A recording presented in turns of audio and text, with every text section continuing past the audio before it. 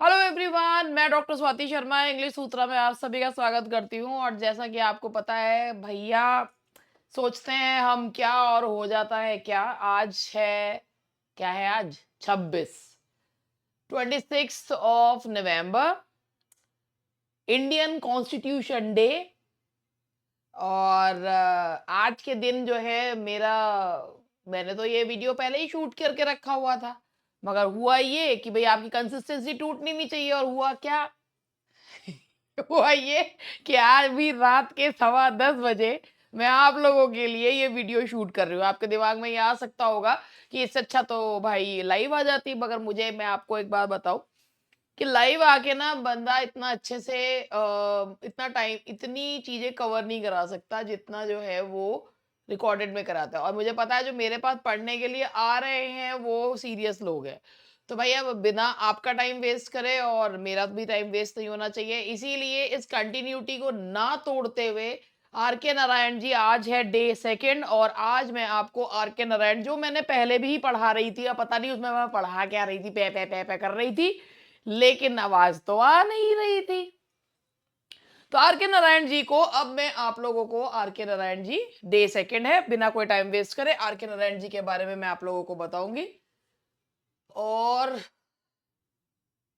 Class का notes है। और मैं आर के नारायण जी का सबसे पहले, कभी कभी ऐसा होता है कि आप जो टॉपिक पढ़ा रहे होते हैं ना, वो इतना ज्यादा वो टॉपिक आपको प्यार करने लगता है कि यू वोंट बिलीव कि for since morning I have been teaching this topic.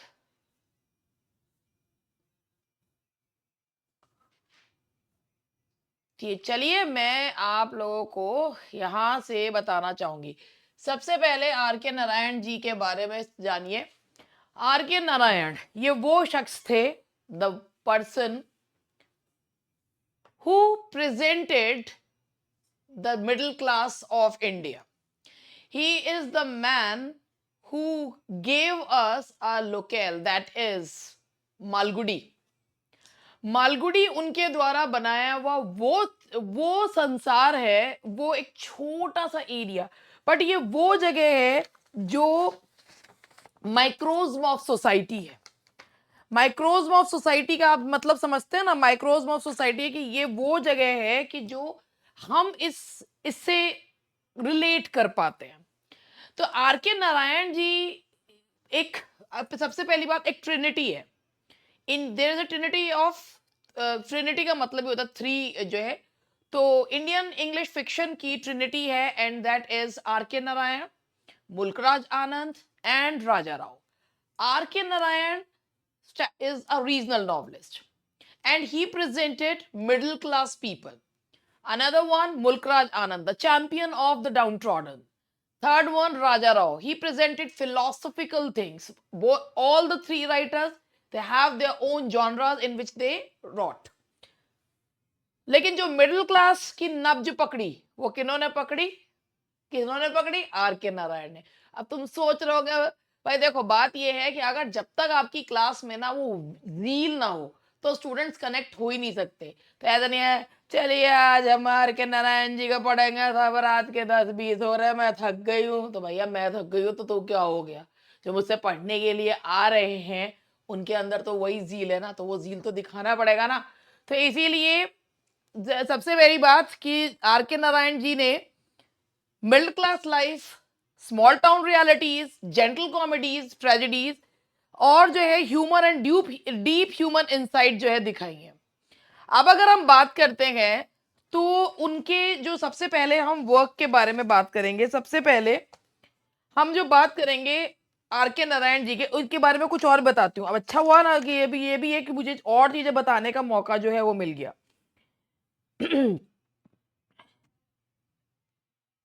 आप लोगों ने, मैंने अपने बचपन में एक कार्टूनिस्ट थे जिनका नाम था Laxman, R x Laxman, R K Laxman, R x नहीं, आर के लक्ष्मण।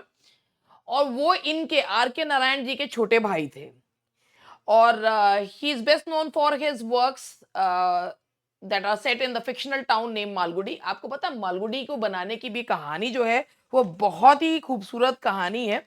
कहते हैं कि मालगुडी उन्होंने विजयादशमी के दिन he created Malgudi on the day auspicious day of Vijayadashmi 1930 सितंबर 1930 में वो कहते हैं कि ही एनविजन्ड कि मैं मालगुडी को सिर्फ एक रेलवे स्टेशन बनाऊंगा, मगर हुआ ये कि कहाँ रेलवे स्टेशन से मालगुडी एक टाउन बन गया, मालगुडी एक माइक्रोज्म ऑफ सोसाइटी बन गया। उन्हें जबकि मालगुडी जो है ना कहते हैं कि बेंगलोर की दो लोकेलिटीज से मिलके बना है, the first one is Malleswaram and the other one is Basagudi, तो उनसे मिलके जो है ये बना है। और ये कहते थे कि ये टाउन को उन्होंने दिखाया depicted as having been created by a fictional British officer Frederick Lawley के द्वारा बसाया गया, मगर मालगुडी हमारी सांसों को छूता हुआ है। और अगर हम और इनके बारे में बात करें तो उनका जो नॉवल गाइड था,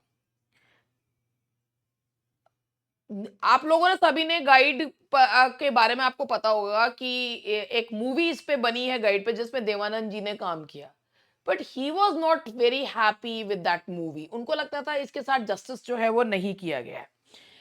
और इनके अलावा अभी हम चलिए बात करते हैं, अब सबसे पहले we will discuss about the works of R K Narayan. The first one is that is Swami and friends.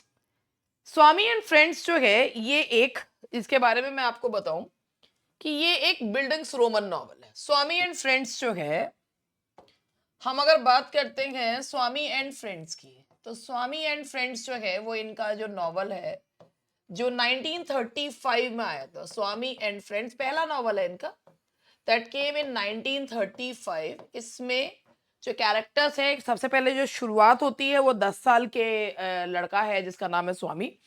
और ये जो है एक इसके बारे में बताऊंगी कि ये ना ट्रायलॉजी है, ये ट्रायलॉजी है, यानी कि 3 नॉवेल्स का है इसमें, जिसमें जो सेकंड है that is the bachelor of arts and the third one is the English teacher. ये ट्रायलॉजी जो है वो बना है and that is the third one is the English teacher. ये इसकी Swami and friends, the bachelor of arts and the English teacher, ये trilogy है नॉवेल्स की। इसके बारे में और ये बताऊं कि ये पहला नॉवल है that was set in Malgudi. It is the first novel that was set in Malgudi, the fictional town of Malgudi. और ग्राहम ग्रीन, ठीक है, Graham green was responsible for getting this novel publish. इस नॉवल को पब्लिश करवाने के लिए जो है, अब मैं आपको चीजें बताती चल रही हूँ ना, तो मेरी एक बहुत पुरानी धुरानी फटी टूटी सी किताब है जो मैंने अपने हाथ में ले रखी है, मगर बहुत अच्छी किताब है। और ग्राहम ग्रीन जो है उन्होंने इस नॉवल को पब्लिश करवाया था। और ये जो टाइटल है ना स्वामी एंड फ्रेंड्स, ये भी किसने दिया था? ग्राहम ग्रीन ने दिया था। Graham green gave this title, Graham green का द्वारा दिया हुआ ये टाइटल है स्वामी एंड फ्रेंड्स। नहीं तो इसका जो टाइटल था ना, अर्लियर टाइटल क्या था इसका? इसका टाइटल था that was Narayan Swami the Tate. ये अर्लियर टाइटल था इसका, नारायण स्वामी द टेट, ये था पहला टाइटल। और ये ग्राहम ग्रीन थे जिन्होंने ये टाइटल दिया स्वामी एंड फ्रेंड्स। और ये नॉवल जो है this is divided into 18 chapters. और इसमें जो कैरेक्टर्स हैं, चलिए स्टार्ट करते हैं। पहले मैं आपको कैरेक्टर्स भी बता देती हूँ। इसमें स्वामीनाथन हैं जो 10 साल के बच्चे हैं, पहले अल्बर्ट मिशन स्कूल में पढ़ते हैं, फिर उसके बाद जो है दूसरे स्कूल में जाते हैं, वो भी बताऊंगी कौन सा है। इसके बाद मणि गुंडा, और उसके बाद राजम है जो इनका एक क्लासमेट है, सोमू है, और शंकर है, सैमुअल जिसे वो छोटा सा नन्नू मुन्नू सा है तो उसे पी कह के पुकारते हैं ये लोग। और बाकी एक मिस्टर एबेंजर हैं जो स्क्रिप्चर मास्टर है। और एक चीज मैं आपको बताऊं, मालगुडी के पास से ना एक नदी जो बहती है उसका नाम है सरयू नदी। ये केबीसी में एक क्वेश्चन भी पूछा गया था।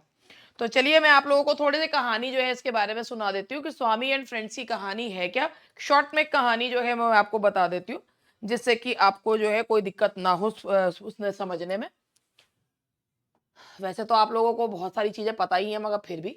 नारायण की स्वामी एंड फ्रेंड्स जो है उनका फर्स्ट मेजर वर्क है जिसमें जो मैंने अभी बताया कि मालगुडी सबसे पहली बार आया। बेका केवल नाम यहीं तक नहीं रखना है जी, ये भी जानना है कि this novel got published because of Graham Greene. He changed this name from Swami's Narayan the Tate to Swami and Friends. This novel is divided into 18 chapters. It is a Bildungsroman novel.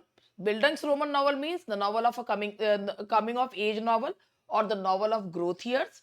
ये नॉवल जो है कहानी है एक बच्चा है जिसका नाम है स्वामीनाथन और वो उसके दोस्त हैं जिसमें उसका बहुत अच्छा दोस्त है मनी जो उसके साथ हमेशा जो है वो चट्टान की तरह खड़ा रहता है।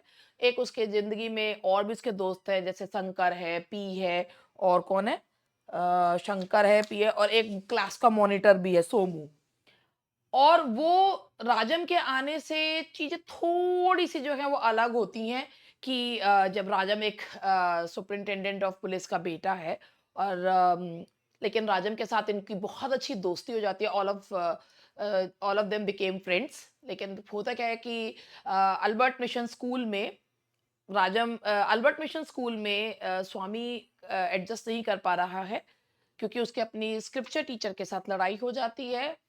आफ्टर सम टाइम वो स्कूल छोड़ देता है और जो है वो जिस स्कूल में एडमिशन लेता है उस स्कूल का नाम जो है, क्या नाम था उस स्कूल का?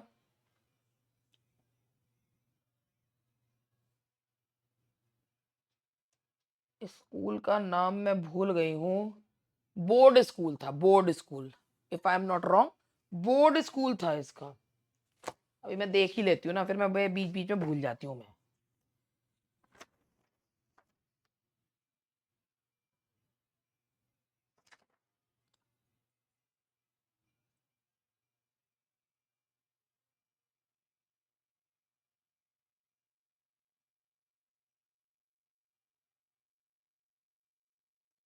आ,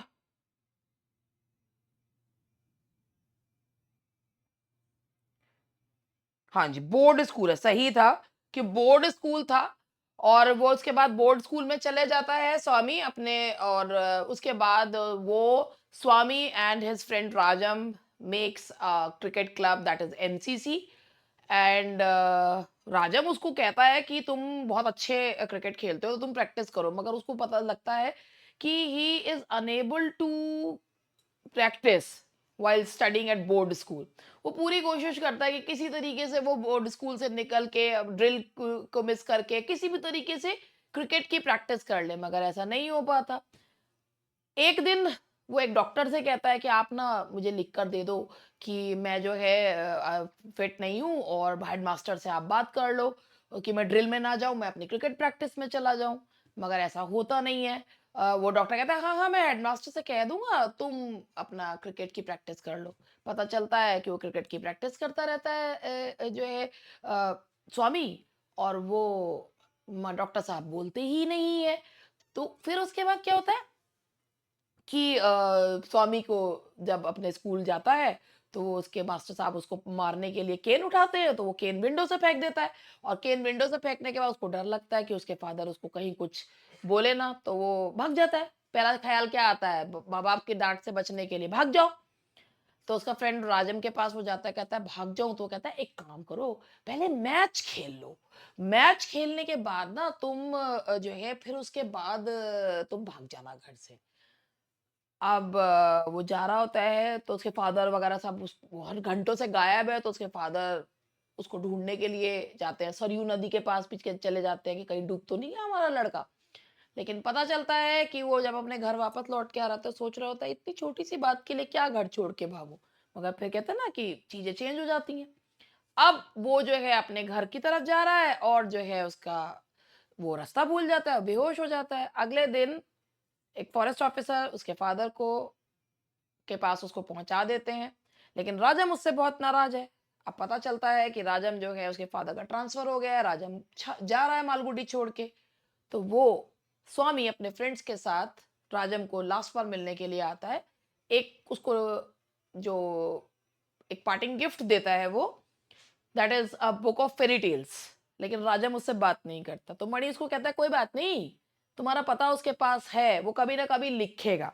तो दिस इज द स्टोरी। अब बिल्कुल बहुत ही प्यारी सी छोटी सी बच्चों जैसी कहानी है। और इस कहानी में जो है ना एक हम जो देखते हैं वो मिडिल क्लास, जैसे जो ये लड़का है, क्या नाम है इसका, Swami, he belongs to a lower middle class family. और वो एक फ्रेंडशिप को रिप्रेजेंट करता है कि उसको मतलब बिल्कुल उसको जो है ना कैसे वो he tries to keep all the relations in control, मगर ऐसा हो नहीं पाता। तो this is the story of Swami and friends, that is R K Narayan first novel and Graham Greene. और ये सारी चीजें तो मैं बता ही चुकी हूँ। इसके बाद हमारा जो दूसरा नॉवल आता है, अभी मैं आपसे इसके बाद ना क्वेश्चंस पूछूंगी, तो आप लोग तैयार रहिएगा क्वेश्चंस बताने के लिए, ठीक है जी। इसके बाद आपका मेरा मुझे बहुत पसंद है ये novel, the bachelor of arts. ये कहानी bachelor of arts, this is also a buildings Roman novel. Buildings Roman novel अब आप समझ गए होंगे, the novel which tells the growth years of a hero. This is the story of बहुत ही बढ़िया कहानी है ये चंद्रन की। When the story starts, Chandran is 21 years old and he is in the last year of his college. And he lives in Malgudi, and he's sort of rebellious person. This novel is divided into 4 parts and 18 chapters. The structure shifts from episode to episode. And there is a third person omniscient narrator throughout the story. I hope you understand the meaning of a third person omniscient narrator. It means the story is not narrated from the point of view of some hero or heroine. A person who is not literally present in the novel, but he is narrating the story. That is called omniscient narrator. So this is the story of Chandran, who is 21 years old and he is in the last year of BA, and he is a sort of rebellious type of person. And after completing graduation, he doesn't have any job right now, but दिल तो है ना, जज्बात तो है ना। तो सरयू नदी के पास टहलते हुए he gets a glimpse of a girl, then he didn't know the name of that girl, उसको उस लड़की का नाम भी नहीं पता था। बट वो है ना, he was quite young and he immediately fell in love with that girl, और वो उसको नाम देता है, ये इतनी सुंदर है ये ना, she must be लक्ष्मी। कुछ नहीं पता, एक लड़की को देखा तो बस उसके बाद शंख बजने लगे, घंटियां बजने लगी। मगर भाई साहब यही होता है ना, तुम जिससे चाहो दुनिया, सबसे पहले प्यार करने वाले को के पीछे लोग पड़ जाते हैं, होता है ना। तो आज यही कहानी ना मैंने अपने एलटी के बैच में सुनाई, एंड दे वाज सो मतलब overjoyed after listening to this story. इतना मजा आया उनको कि मैंने गाने भी सुनाए और सब कुछ सुनाया। तो वो तो वक्त की नजाकत है, और कि मैं यहाँ पर नहीं गाने वाने गा सकती हूँ इतने। तो वो लड़की का नाम पता चलता है कि मलठी है, and but their horoscope didn't match. That is why Chandran could not get married to that girl. कोई बात नहीं, उसका लाइफ लॉन्ग जो फ्रेंड है, अम, वो उसकी पूरी हेल्प करता है, किसी भी मतलब उसकी पूरी जो है वो हेल्प करता है कि किसी तरीके से जो है उसको उसकी जो प्रेमिका है वो मिल जाए, मगर ऐसा हो नहीं पाता। अब एक मिनट में अभी आपको इसके बारे में और बताना चाहूंगी।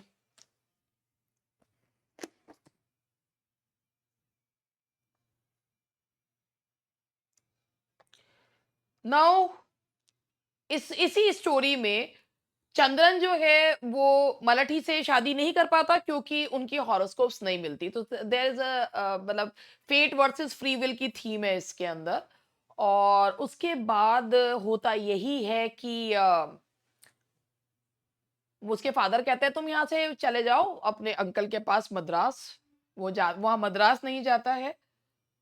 एक एक डिसिल्यूजनमेंट उसको जो है सोसाइटी से हो जाता है, तो वो अपना हेड शेव करवा लेता है, गेरुए कपड़े पहन लेता है, और रेनन्सिएशन, सब कुछ त्याग देता है। 8 महीने तक वो घर से बाहर साधु की तरह घूमता रहता है। But then he realise whatever I am doing that is not true renunciation, so he came back to his house. His parents welcomed him, and now he was a transformed person. He took the agency of a newspaper, and afterwards newspaper की agency लेने के बाद, इसमें मैं कुछ कुछ points आप लोगों को बताती जाऊंगी जो काफ़ी अच्छे पॉइंट्स हैं, जिससे आप लोगों को जो है इसमें चीज़ें जो है वो पता चलेंगी, जो मैं भी बताऊंगी आपको। तो he took the agency of a newspaper, and then his mother said कि you should get married now, क्योंकि जो लड़की वाले हैं वो 3,000 डाउरी जो है वो दे रहे हैं, और इससे तुम अपना सिक्योरिटी भी जमा कर दोगे एंड ऑल दैट।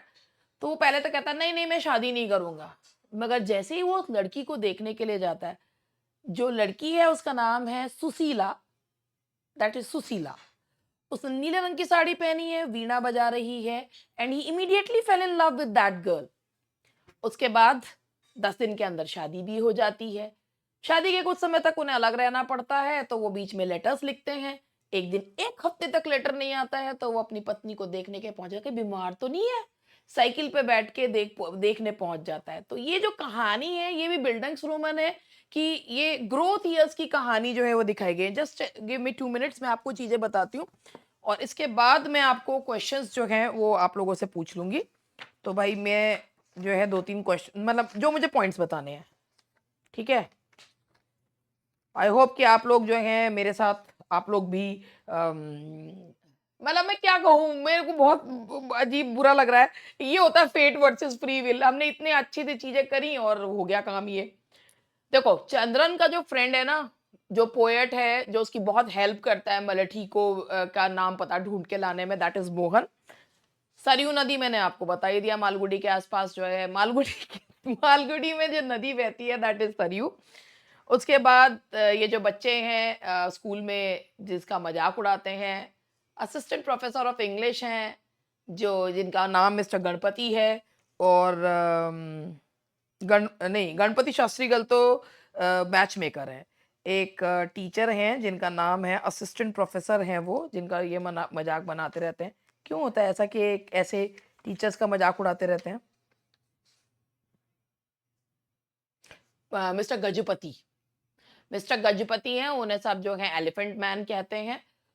तो ये कुछ कैरेक्टर्स हैं, और जिस जिस प्रिंटिंग प्रेस को, जिस न्यूज़पेपर की वो एजेंसी लेते हैं, उस न्यूज़पेपर की एजेंसी का भी नाम जो है मैं बता देती हूँ आप लोगों को, न्यूज़पेपर की एजेंसी, क्योंकि फिर आप लोग को याद तो होना चाहिए ना, अगर इसी तरीके के क्वेश्चन पूछ लिए तो पता तो होना चाहिए।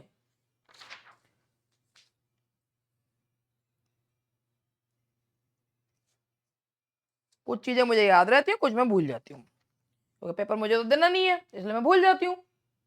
जिसे ये देना है पेपर, उन्हें याद रखना चाहिए।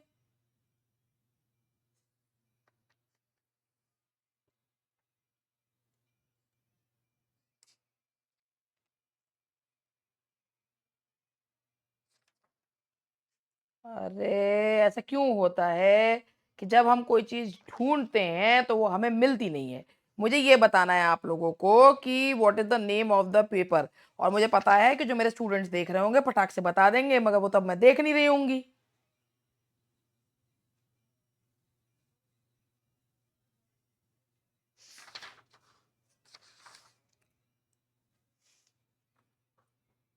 ओहो,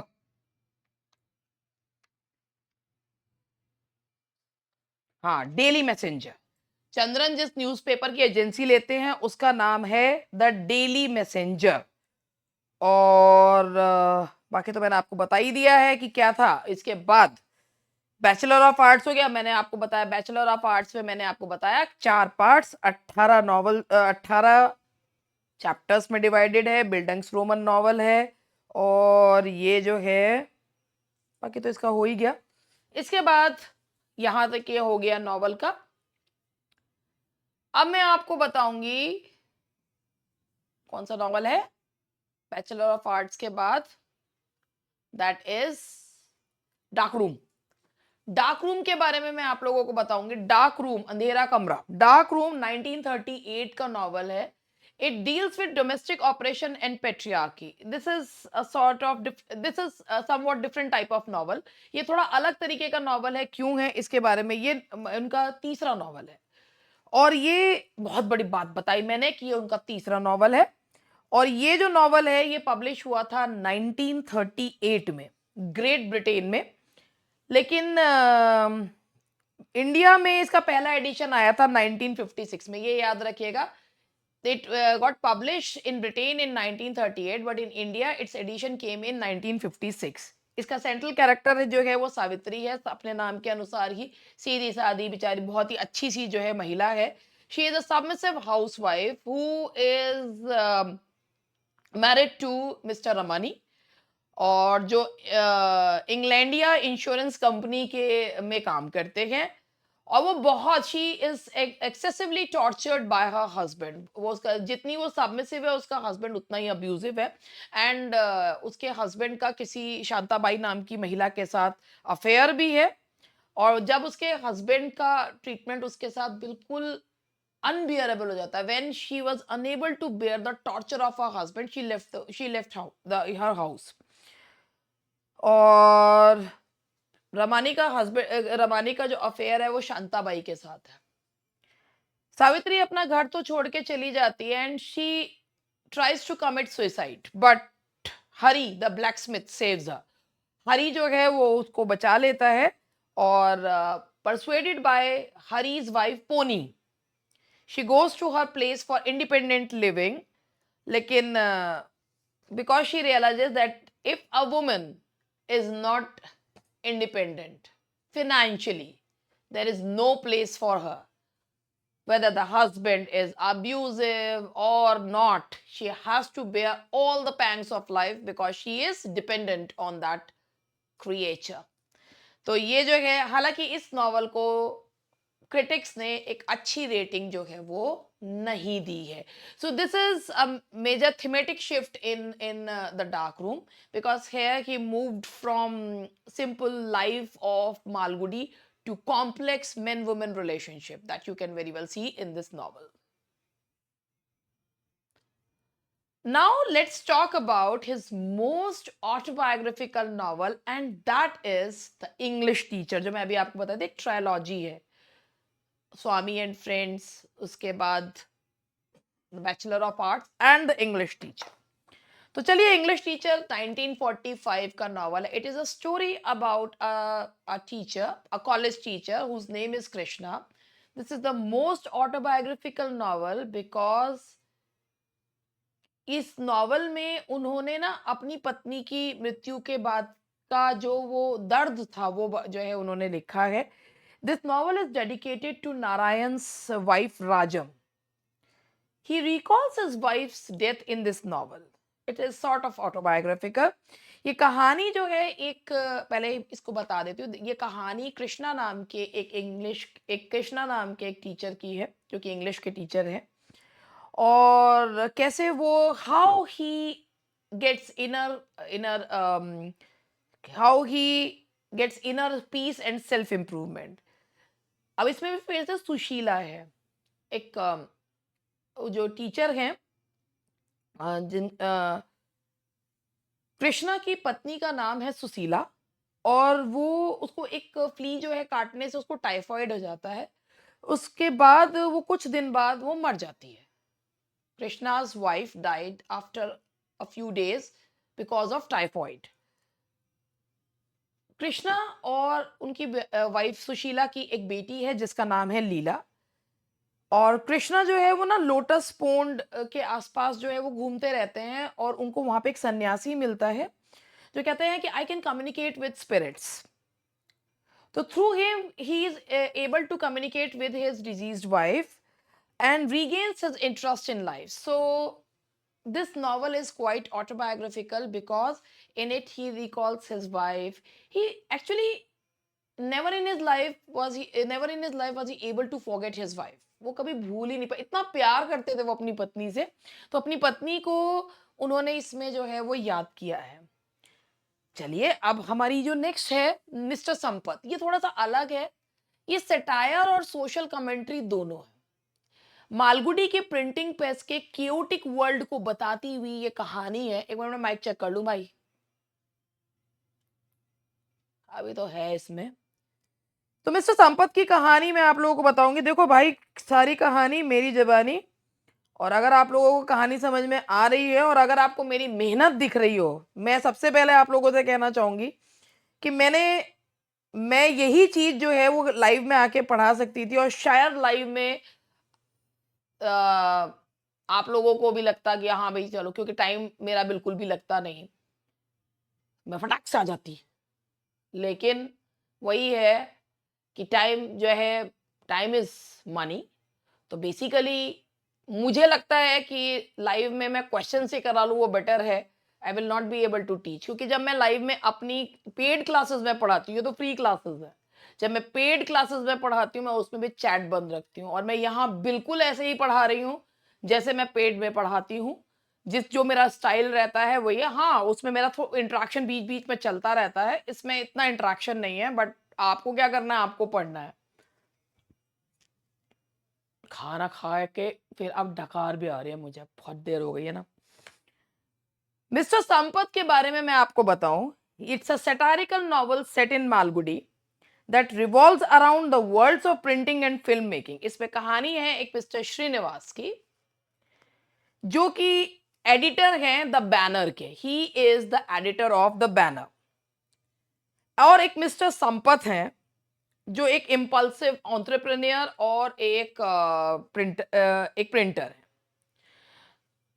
मिस्टर श्रीनिवास एडिटर हैं द बैनर के, और मिस्टर संपत जो हैं वो एंटरप्रेन्योर और प्रिंटर हैं। दोनों का दोनों हाथ मिला लेते हैं, और जल्दी ही संपत जी उतरते हैं फिल्म लाइन में। When they start working on a film, तो आप जानते ही हैं भाई फिल्म इंडस्ट्री कितनी चमकीली है। तो mister Sampath falls in love with the charming actress Shanti. अब इससे क्या होता है भैया, देखो ऐसा होता है कि जब ये केवल केवल जो फ्लिंग्स होते हैं ना, वो बिना पैसों के नहीं होते हैं। तो शांति जी के चक्कर में उनकी फिल्म का बजट भी बिगड़ जाता है, उनका वैसा भी पैसा जो है वो बहुत खर्च हो जाता है। And his hasty decisions lead to the breakdown of the film unit। पूरा प्रोजेक्ट कोलैप्स हो जाता है। Mismanagement, impulse driven action. कहता ना कि भाई इंसान को सबसे पहले ना सोच समझ के निर्णय लेने चाहिए, मगर अगर हर इंसान सोच समझ के निर्णय लेने लगे तो बात ही क्या है। अब होता यही है कि वो पूरी तरीके से वो बर्बाद हो जाते हैं mister Sampat. And after a while he returns to his own serene life, balanced life. The novel is novel is the novel blends satire, humor, irony, and to expose the instability of commercial ventures। तो ये थी मालगुडी की कहानी है। ये creativity and commercialism के बीच में एक जो है अंतर बताती हुई। और ये नॉवल जो है, the novel reflects India's early encounter with modern mass culture. And एक चीज ये भी है कि जब किसी ने कोई चीज देखी नहीं होती और एकदम से किसी चीज के उसको एक्सपोजर होता है ना, तो वो इंसान जल्दी बावला सा हो जाता है। कहता है ना कि जब किसी ने 56 भोग देखे ना हो तो वो उसको अगर दिए जाए, किसी ने मतलब ग्लैमर ना देखा और अगर उसके सामने एकदम से ग्लैमर जो है वो दिख जाए तो वो बावला हो जाता है। That same happened with mister Sampath. He lost each and everything because of his infatuation towards the actress Shanti. फिर उसके बाद लेट्स टॉक अबाउट उनके एक नॉवल है फाइनेंशियल एक्सपर्ट। और फाइनेंशियल एक्सपर्ट कहते हैं इट इज नारायण's मास्टरपीस। ये नारायण जी का मास्टरपीस है। क्यों है masterpiece? Let me tell you why it is called masterpiece. क्योंकि ये उनका 6th नॉवल है। नहीं नहीं, इसलिए नहीं, ये भी मालगुडी में ही होता है। इसमें जो फाइनेंशियल एक्सपर्ट है वो है मिस्टर मगैया, जो अपने साथियों को फाइनेंशियल एडवाइस देते हैं, बनियन ट्री के नीचे बैठते हैं। मिस्टर जो वॉल्श है वो कहते हैं Margayya is probably Narayan's greatest single comic creation. ये नॉवल 5 पार्ट्स में, this novel is in 5 parts. It tells the story of the rise and fall of Margaiya, the financial expert. And इसके बारे में थोड़ा सा मैं आप लोगों को बता देती हूँ। ये जो नॉवल है, ये मिस्टर मरगैया हैं, वो बनियन ट्री के नीचे बैठते हैं, आप लोगों को फाइनेंशियल एडवाइस देते हैं। और लेकिन होता ये है कि इस का कैसे उनका जो है वो दिमाग खराब होता है, ये मैं आप लोगों को ज़रूर बताऊँगी।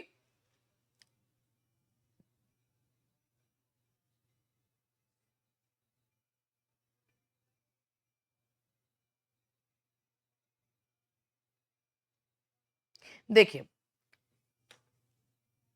मरगैया के अब बनियन ट्री के नीचे बैठ के लोगों को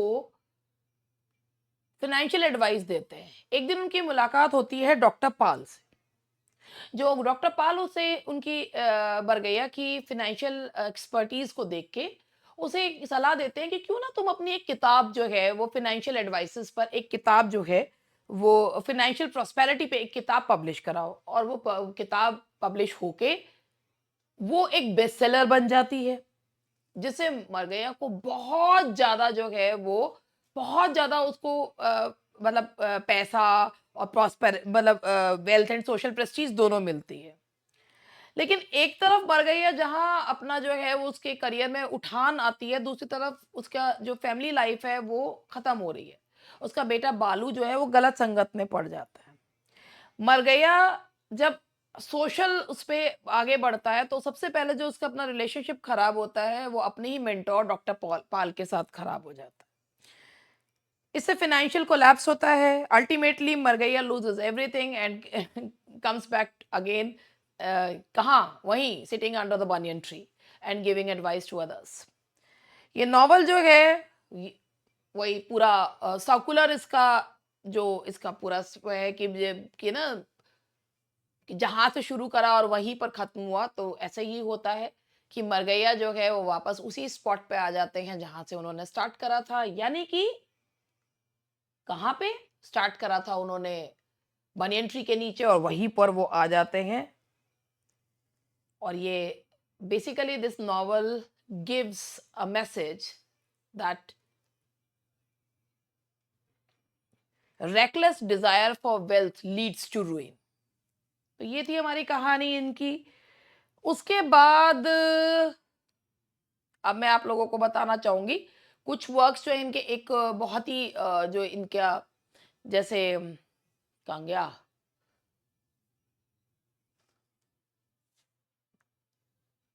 अब मैं इनके आपको नॉवल गाइड के बारे में बताना चाहूंगी। गाइड जो नॉवल है, ये हम सभी जानते हैं गाइड नॉवल के बारे में। गाइड जो वर्क है उस पे मूवी बनी है देवानंद जी की, बहुत ही खूबसूरत पिक्चर है। और देवानंद जी तो बहुत मतलब कहता ना कि मेल एपिटमी ऑफ जो है ब्यूटी थे। तो ये 1958 का नॉवल है। और इसमें novel it this novel describes the transformation of a railway guide Raju from a रग टू अ प्रीस्ट, रग टू अ महात्मा। और ये नॉवल 1960 में इनको साहित्य अकादमी अवार्ड इसी नॉवल के लिए मिला था, द गाइड के लिए। कहानी शुरू होती है, एक गाइड एक बहुत बढ़िया बोलने वाला लड़का है जिसका नाम है राजू। और राजू को रेलवे राजू कहकर पुकारा जाता है। और तभी उसकी मुलाकात होती है मार्को नाम के व्यक्ति से जो आर्किटेक्ट है और आर्कियोलॉजिस्ट है, और उसकी पत्नी है रोजी। रोजी एक बहुत अच्छी डांसर है। Raju seduces Rosie and both of them had good time।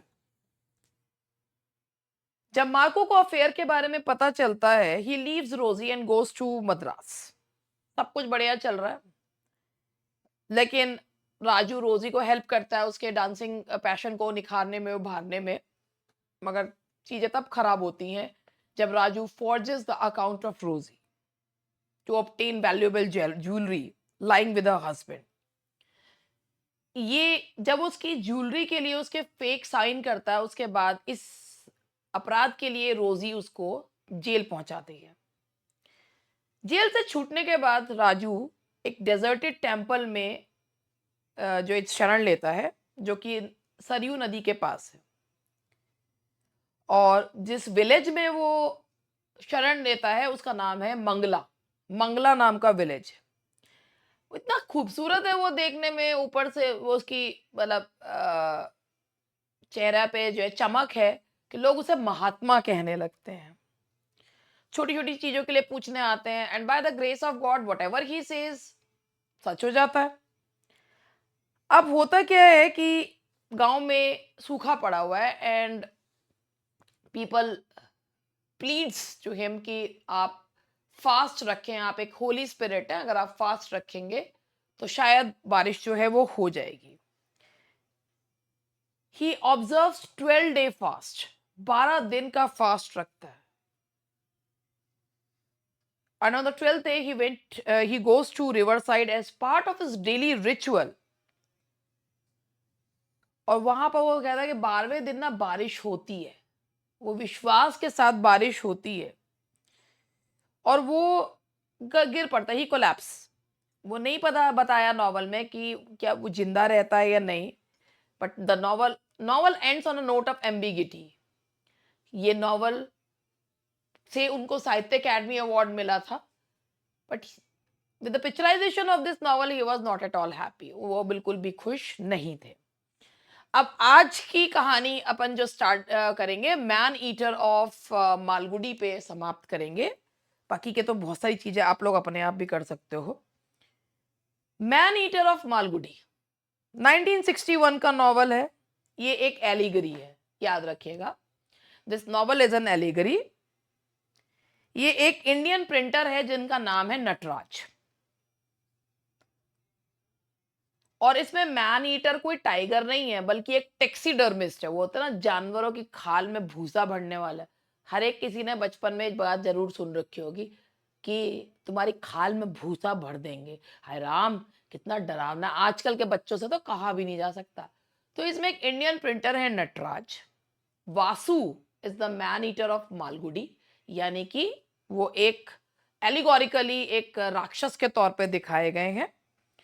और क्योंकि वो मेम्फी फॉरेस्ट में जानवरों को मारता है, उसके अंदर भूसा भरता है, टेक्सीडर्मिस्ट है।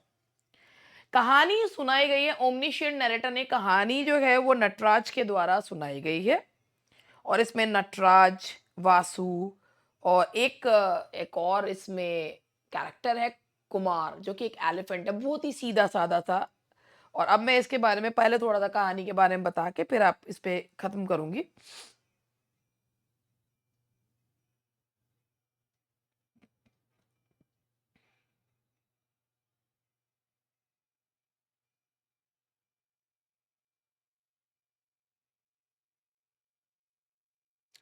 ये कहानी में दिखाया है कि मालगुडी की जिंदगी बहुत बढ़िया चल रही है। मालगुडी में नटराज एक प्रिंटर है और उसके यहाँ पर आता है वासु, एक टैक्सीडर्मिस्ट है। वासु नटराज के घर में जो दुछत्ती जो ऊपर का कमरा है उसे किराए पे लेता है।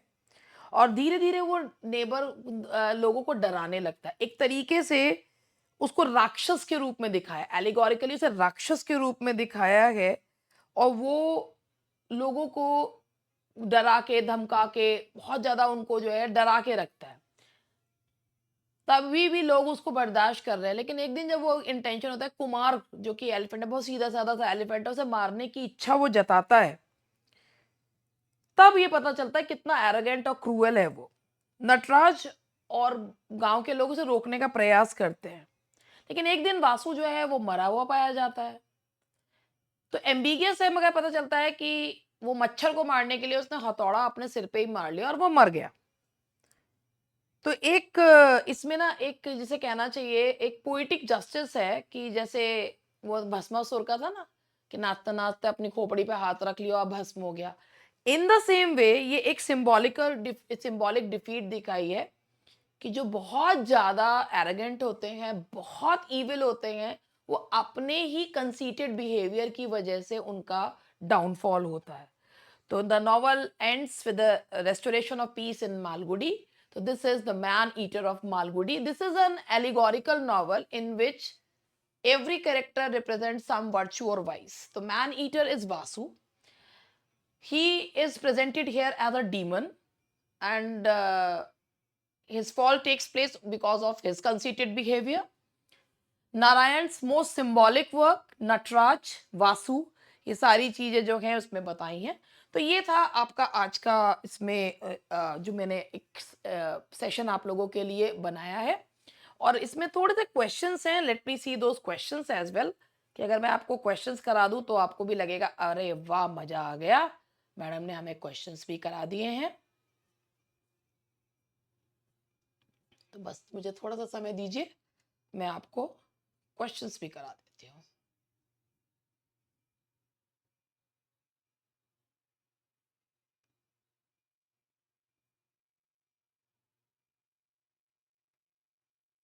यहां से क्वेश्चन नंबर 22 से पहले भी और भी करा दूंगी, 21 से होगा मेरे ख्याल से. R.K. Narayan is part of the celebrated trinity of Indian English novelists alongside Mulkraj Anand and which other? R.K. Narayan, Mulkraj Anand and बताओ. ट्रिनिटी है. The answer is a. सही जवाब आप लोग दे रहे हैं. मुझे यहाँ पे जवाब देंगे तो ऑब्वियसली चैट करते हुए हमें भी दिख जाता है. और what is the name of the fictional south Indian town that R.K. Narayan created? ये मैंने आपको बताया था, विजयदशमी के दिन उन्होंने बनाया था, और ये है मालगुडी. और मालगुडी के पास से जो नदी बहती है, बताइए उसका क्या नाम है? सरयू. सरयू नदी. Which of R.K. Narayan's novel published in 1935 his first major work? उनका पहला मेजर वर्क जिसमें हमें देखने को मिलता है Malgudi, and that is Swami and friends. That is D Swami and friends.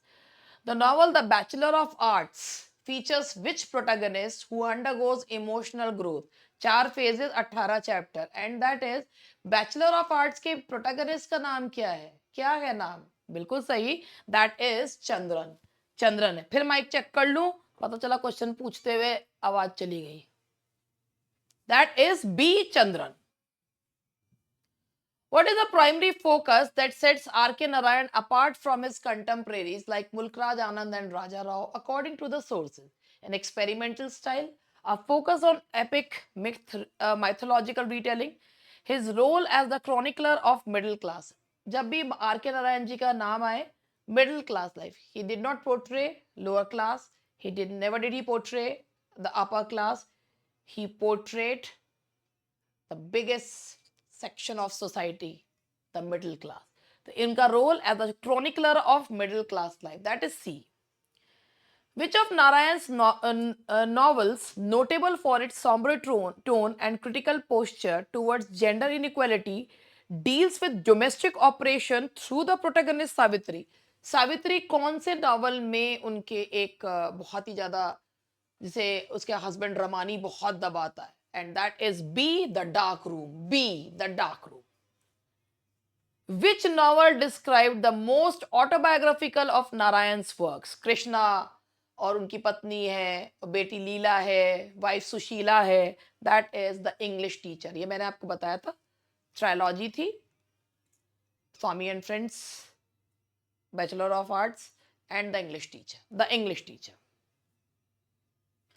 Mr. Sampath combines satire and social commentary through the chaotic world of Malgudi's printing press, and which burgeoning modern industry? The textile, the film, the railway, the banking sector.